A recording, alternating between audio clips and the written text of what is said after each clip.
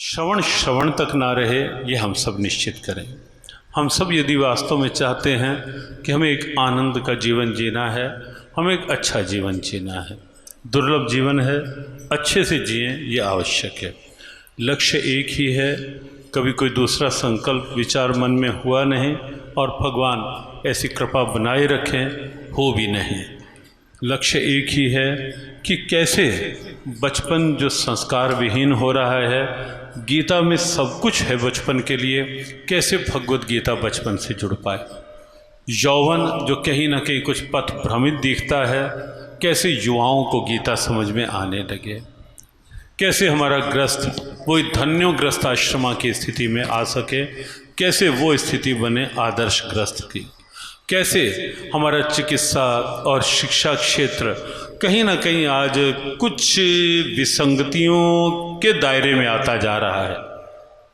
मुझे क्या मिलेगा इस भाव से कैसे हर चिकित्सक तक गीता पहुँचे, हर शिक्षा क्षेत्र में गीता पहुँचे, ऐसा एक प्रयास जियो गीता के माध्यम से, जैसा संचालन में बताया गया, लगभग 4-5 वर्ष से चल रहा है। वैसे तो बहुत पहले से चल रहा है, लेकिन इस योजना के साथ कि कैसे सब तक गीता पहुँचे, पिछले 4-5 वर्षों से ये प्रयास चल रहा है जियो गीता के नाम से।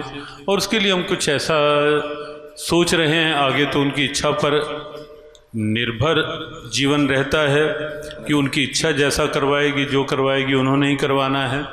लेकिन हमारा बस एक ही आग्रह है कि कुछ समय आप निकालें, नियमित घर में गीता पाठ करें, अवश्य निकालें। गीता पाठ हम सब करें। महात्मा गांधी कहा करते थे, हिंदू होकर गीता का ना पढ़ना और ना जानना शर्म की बात है। महात्मा गांधी के शब्द थे। हम सबको गीता घर में रखनी है, हम सबको भले ही थोड़ा करें, अधिक करें। हमने तो एक प्रारंभिक प्रयास में एक 9 श्लोक की गीता भी की, अपनी नहीं गीता, उन्हीं 700 श्लोकों में से 9 श्लोक। 3 श्लोक प्रातःकाल करो, दिन का अच्छा बेस बनेगा। 3 श्लोक भोजन से पहले करो, भोजन में सात्विकता आ जाएगी, भोजन प्रसाद बन जाएगा। 3 श्लोक रात्रि सोने से पहले करो, निद्रा सात्विक निद्रा बन जाएगी और निद्रा अच्छी निद्रा आएगी। 9 श्लोक, और लाखों की संख्या में ढेरों विद्यालयों में, कार्यालयों में, ढेरों स्थानों में वो प्रारंभ हुआ। तो किसी भी रूप में जुड़ें, हम गीता से जुड़ें, पहला भाव।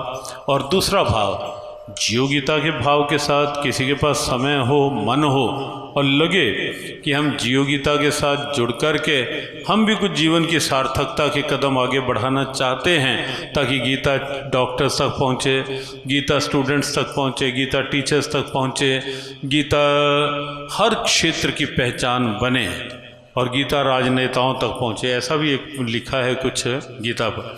अलग अलग एक सीरीज़ प्रारंभ की है, डॉक्टर्स के लिए गीता, रोगियों के लिए गीता, टीचर्स के लिए गीता, स्टूडेंट्स के लिए गीता, सीमा पर खड़े सैनिकों के लिए गीता, नेताओं के लिए गीता, प्रकृति पर्यावरण के लिए गीता, आदर्शग्रस्त के लिए गीता, जेल कैदियों के लिए गीता।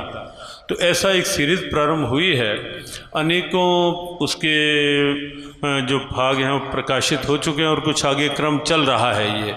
तो उस रूप में वो सब तक पहुँचे, उसके लिए स्वाभाविक है कि जब हर नगर में कुछ कुछ लोग ऐसे आएंगे कि हम डॉक्टर्स के साथ जुड़ के गीता का काम कर सकते हैं, हम स्टूडेंट्स के साथ जुड़ के करना चाहते हैं, हम जेल कैदियों में, जेल में महीने में 1 दिन 1 घंटा देंगे, तो जेल कैदियों के लिए कैसा प्रयोग हो सकता है गीता का। हरियाणा में और उत्तर भारत के कई नगरों में अद्भुत प्रयोग हुआ जेल कैदियों के लिए और बहुत अद्भुत प्रभाव बना जेल कैदियों पर। और आप सोचें जीवन का कितना एक आनंद आएगा जब मान लो आप महीने में 1 दिन जेल में जाएं। वैसे भगवान करे ना जाएं, लेकिन केवल जेल कैदियों को गीता पढ़ाने और समझाने के लिए जाएं, और जेल में 10-20 कैदियों का जीवन भी संवर गया, उसका कोई मूल्य होगा क्या? बताओ, उसका कोई मूल्य होगा क्या? कोई मूल्य नहीं हो। तो इस रूप में हम चाहते हैं कि कुछ लोग आके निकलें और वो इस रूप में जियो गीता के साथ सहयोगी बने ताकि हर क्षेत्र तक गीता का भाव पहुंच सके, पहुंचाया जा सके।